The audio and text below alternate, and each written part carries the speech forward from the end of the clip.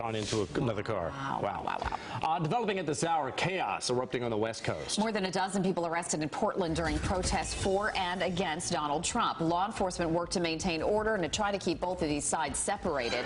At one point, police used flashbang grenades and pepper balls to try to disperse the crowd. They say people were hurling bricks at each other and other objects, too. Russian President Vladimir Putin angrily denying any Russian hacking into the U.S. presidential election, and he is speculating perhaps the United States spies could have faked election hacking evidence.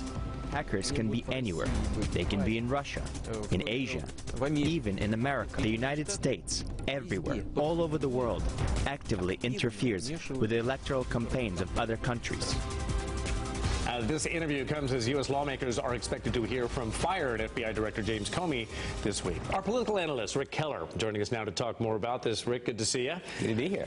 You know, isn't this exactly what you would expect Vladimir Putin to say? It's not like he's going to say, you know what, Megyn Kelly, you're right. You got us. We totally hacked your election.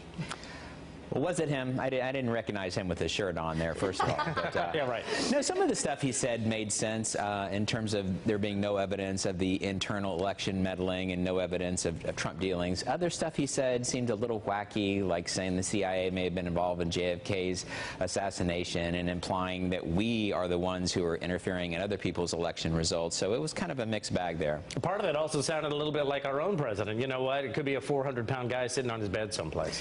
Right. I thought it was pretty amusing when he talked about, no, we don't gather files on any people like Trump or others. And then he said, now, your underage daughter could have been involved, you know, in changing an IP address. And I'd be wondering if I was her, how do you know about my underage daughter? You know? Exactly. You know? Now, but see, he's ex-KGB. I mean, it's not as though they didn't do these types of things. He's claiming that that's ridiculous. Why would we gather intel on someone else to use against them? That's exactly what they do.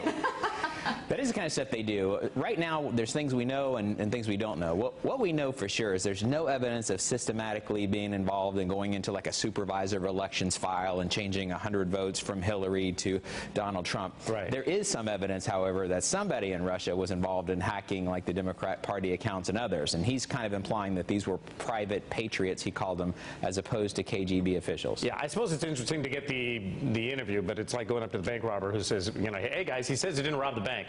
So I guess we're going to have to take him at his word for it. Talk to me about the president not using executive privilege to keep Comey from testifying. Did he have an argument to make this happen or no? There is an argument there. There's not a whole lot of case law, but in the case of U.S. versus Nixon, they made the president turn over the tapes, and so it's not an absolute privilege. There's something to say for it because you want to have a policy where aides can talk with you freely. Yeah. But in this particular case, it would be a political disaster if he tried to invoke executive privilege, and especially when you're talking about allegations of corruptions or wrongdoing. So I don't think that would happen. If it did happen, it would look really, really bad. Okay.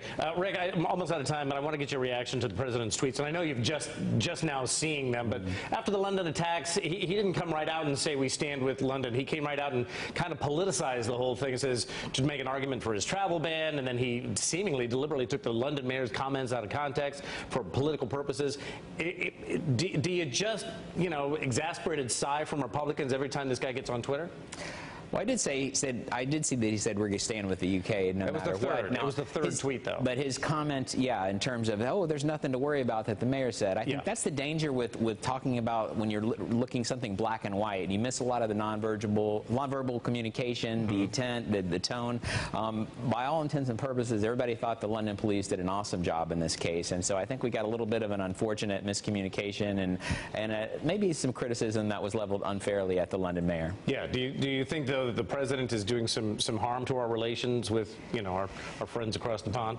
You know, it probably didn't help, but there's one thing I know for sure, that if we have two allies in the world, it's Israel and England, and no matter what happens to those countries, we're always going to be there for those two countries, and they'll be there for us. Good deal.